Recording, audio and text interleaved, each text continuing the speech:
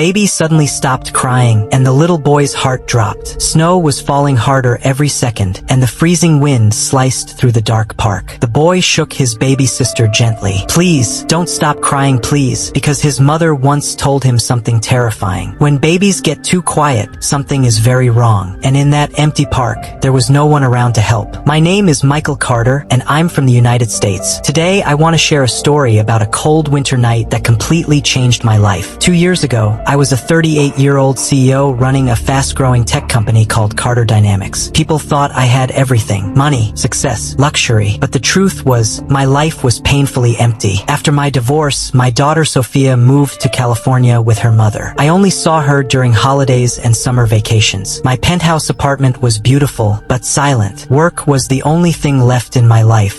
One December evening, after a long meeting that ran hours late, I decided to walk home through Lincoln Park. My driver had called in sick, and the snowy streets looked peaceful at first, but the wind quickly became brutal. That's when I heard a small voice behind me. "Excuse me, sir." I turned around. Standing near a snow-covered bench was a little boy, maybe 7 years old. His jacket was too thin for the weather, his hands were shaking, and snow covered his hair. But what caught my attention most was the baby in his arms, wrapped in a weak blanket, crying softly. "Sir, my baby sister is freezing," the boy said, trying hard not to cry. My heart instantly sank. I took off my coat and wrapped it around them. "Where are your parents?" I asked. The boy looked down. "Mom said she would come back in 10 minutes, but that was before it got dark." "How long have you been here?" "I don't know, a long time." Then he said something that still breaks my heart. That's when I knew something was seriously wrong. "What's your name?" I asked the boy. "Lucas." "And your sister?" "Mia." I looked at Lucas and said gently, "Lucas, we need to get Mia somewhere warm right now. Come with me." He hesitated. His mother probably told him never to talk to strangers. But then he looked at his baby sister and nodded. I carried Mia while Lucas walked beside me, holding my sleeve tightly as we rushed through the snowy streets. When we reached my apartment building, the doorman immediately called a doctor and the police. Inside my warm apartment, we wrapped Mia in blankets while the doctor rushed over. Those 15 minutes felt like hours. Finally, the doctor arrived and examined her. "She has hypothermia, but you brought her in just in time," he said. "If she stayed outside another hour, she might not have survived." Lucas quietly started crying. Later that night, the police found their mother nearby. She had been struggling with drug addiction and had left the children alone in the park. She was arrested for child endangerment, which meant Lucas and Mia had nowhere to go. Social services planned to place them in foster care. But there was one big problem. Foster homes often separate siblings. Lucas looked at me with fear and asked, "Are they going to take Mia away from me?" And in that moment, something inside me changed. I looked at the social worker and said, "What if they stay with me for now?" Everyone in the room was shocked. Even I was shocked by my own words. But I knew one thing. Those children had already been through enough.